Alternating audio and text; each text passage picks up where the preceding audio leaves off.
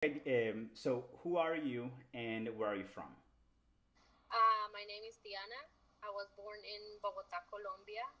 Colombia is located in South America, and I came here when I was 15 years old. Okay, Well, to Kentucky, but to the right, United States. right. So, Diana, why did you decide to come to the United States from Colombia when you were 15? My mom met an American man in Colombia back in 1998, Hmm. and then they started dating, and he would come and visit my mom every so often. And then after 2 years, they decided to get married. So that's when I was 16. And then my mom came to the US. And then because I was a minor, I was able to come with her. Um, and then we both got a green card and became residents at that time. Right.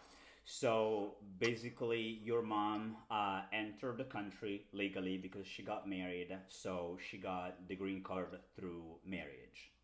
Yes. And Okay, because I was a minor, I was able to come with her right. too. Right. Diana, let me ask you another question. So, you came to the US when you were 15, so you spent uh, like many years in Colombia. Do you remember any particular experience that made you think that Colombia was not a good place, or memories, experiences that made you think that Colombia was a great place? So, positive and negative aspects of Colombia. The positive aspects would be, of course, I was with my family and I was young. So when you're young, you don't really see the bad side. Right. And I didn't know anything else. But I did, when I was little, I remember, and this was in the 90s, I remember seeing on the news a lot of bad things about um, like the drug cartels, and they would put like bombs in my city. A lot of violence when I was little, probably around 7, 8. Those were my first memories. A lot of people were scared because of the violence in the even in the big cities. It's usually in the small cities, but my city was attacked by drug cartels, and it was a war between them and the police. So that was a very bad timing. And I remember, being scared of bomb threats or bombs in my city. But for the most part, I had a good childhood. Maybe it wasn't safe, but or that safe. But when I was little,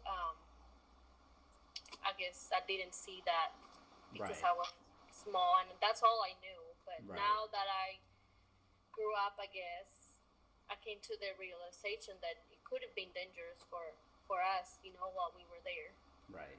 Right. So you said that it's you see violence mostly in small cities, and Bogota is obviously a very big city with a lot of people, much more Yeah. industrialized. So when, as far as I know, there were four main drug cartels, and one of them was led by the drug lord Pablo Escobar. So, it, as what are your memories about Pablo Escobar, for example? Um, my first memory, because he was, this was in the 90s, but my first memory um, of him, it's when he got killed, because it Hmm. was all over the news. Um, of course, I didn't know really what was going on, but I just remember, I think I was 8, and I remember seeing everywhere on the newspapers that he got killed. So I think that's the first time I heard his name, is when Right, when he was killed. right. Okay, so let's talk about the immigrant experience. So, do you know other people? I'm sure you do, but do you know people that are close to you in the United States that moved from Colombia to the US? yeah, throughout, the time that I've been here, I met friends from Colombia. I also have family that moved after me. My aunt, she moved, I think, 2 years after we moved here, so in 2002. Hmm. And I have family that moved to Miami too.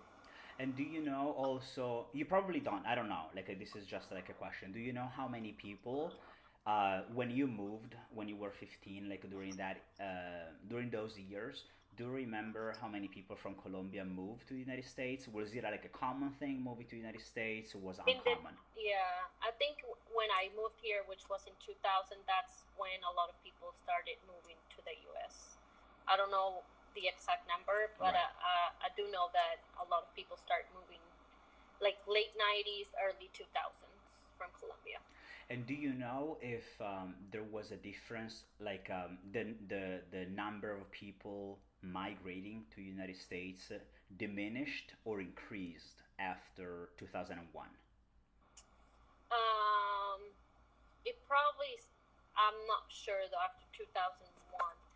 I think after 2001, though, it was harder to come to the U.S. So I'm sure it decreased because, all the regulations from immigration and all that, they started to get harder. It wasn't as easy to get a tourist visa as it was before because, they were scared of Right, terrorist attacks. So I think that affected immigration overall. right.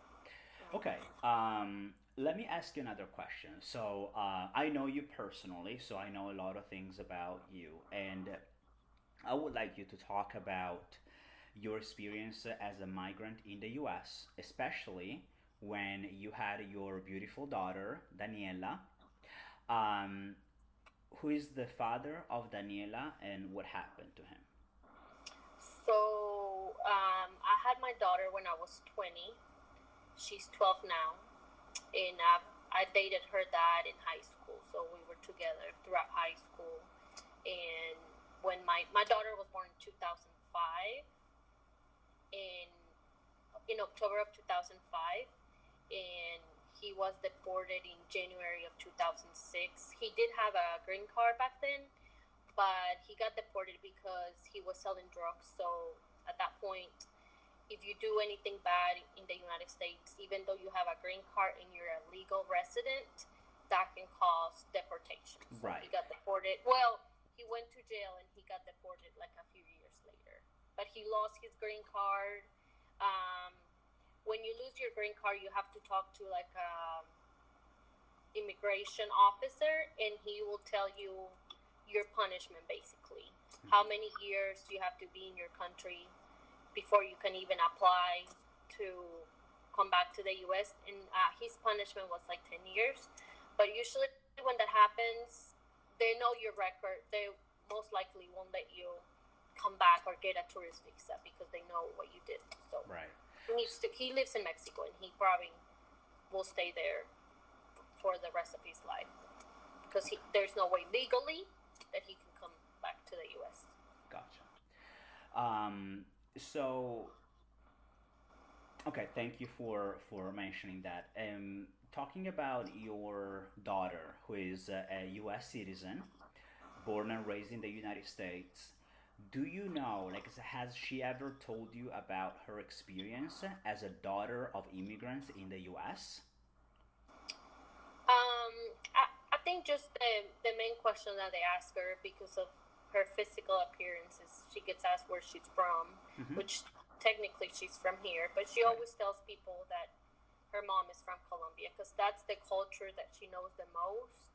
And she's been to Colombia a few times. So if they ask her, like, where are you from? She says, well, I was born in Kentucky, but my mom is from Colombia. The only thing that sometimes she worries, and she's a kid, she doesn't understand that with all of the stuff we're seeing in the news right now with deportation, she's always scared that somebody that she knows is going to get deported. Like, which I'm a U.S. citizen too, but she doesn't know that. Even though I tell her, don't worry, we're fine. But with all of the chaos in the news with deportations, she's always worried that somebody close to her is going to get deported. So she asks me that all the time.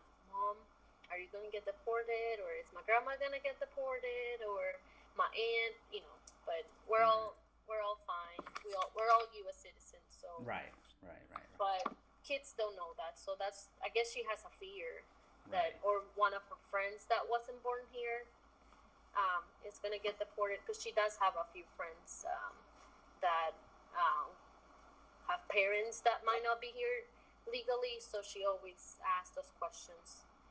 But Gotcha. other than that, I think that's the only thing that she's concerned or worries. Right. Or Right. that might be different from another kid that's born here that doesn't have any connections to immigrants. Right. Right. Right. Okay. Cool. Let me ask you two more questions, and then we're done. So during your experience, you came here when you were 15, so you were a teenager. I guess you started high school right away as soon as you came here. Was it hard? Was it hard? Was it easy? How did you feel in this different environment? And Latin America and the United States are very, very, very different. Especially the culture is different, not only the language. So how did you feel? At first, it was very hard because I didn't speak that much English, so I couldn't understand anything about my classes or when people were talking to me. Um, it was very hard. And Also, I felt like some some people like to pick on us because we didn't speak English and we looked different than them. So they would, push us in the hallway, call us names, like, bad names that I don't want to say. But Right, so right. it was very hard. Probably the first 2 years to get adjusted to, um, like the school, the people, but at the end it was okay. It got better, but the first 2 years were really hard. Gotcha. And the last question is, who do you travel to Colombia, and would you like to move there? You have double citizenship, so let's make that clear. You are a Colombian citizen and a American citizen. So, have you ever wondered about moving back to Colombia, just like, or you would like to go just on vacation? I do try to, go on vacation just to see the rest of my family there whenever I can. Um, Ideally, I think I would like to move closer to my family, but unfortunately, the salaries in Colombia are not very good. And I have a family here now, so I got married, and my daughter was born here, so I don't think they would want to move Right, to right. Colombia. But yeah, the salaries there are not very good, so it would be hard to, for all of us to move and then have a good quality of life with the salaries that are. Plus, it's really hard to find a job. So even if I found one, the salaries are not very good. So, do you know more or less, like approximately, how much a Colombian makes, like an average, like for a middle class individual? What's the salary? The, minimum wage. Well, let me start all over. In Colombia, you don't get paid hourly like you do here. Everyone is salary, even though you're just a secretary. Mm-hmm. Everyone is salary. So the minimum wage, and that would be for like a receptionist, a secretary, jobs like that. The minimum wage right now is about $200 a month, and that's for the whole month. So of course there's people that make more money if you Obviously. have a degree. But even if you have a degree, you don't make that much. Like, I know my uncle, he's an engineer, and he also works at a college, and he makes about 800 a month. So, and he has a bachelor. So realistically, you cannot live by yourself. Right. Even If you're a though, single man making 800 a month, you cannot live by yourself. right. Even though, and this is, to make it clear, especially for my students, living in Latin America is much cheaper than living in the United States, but still, Yeah, that amount of money every month is not enough to like provide for a whole family, right. for sure. Okay, cool. Then we're done. Thank you, Okay. Diana. I You're appreciate welcome. it. You're welcome. Bye bye. Ok, no tenemos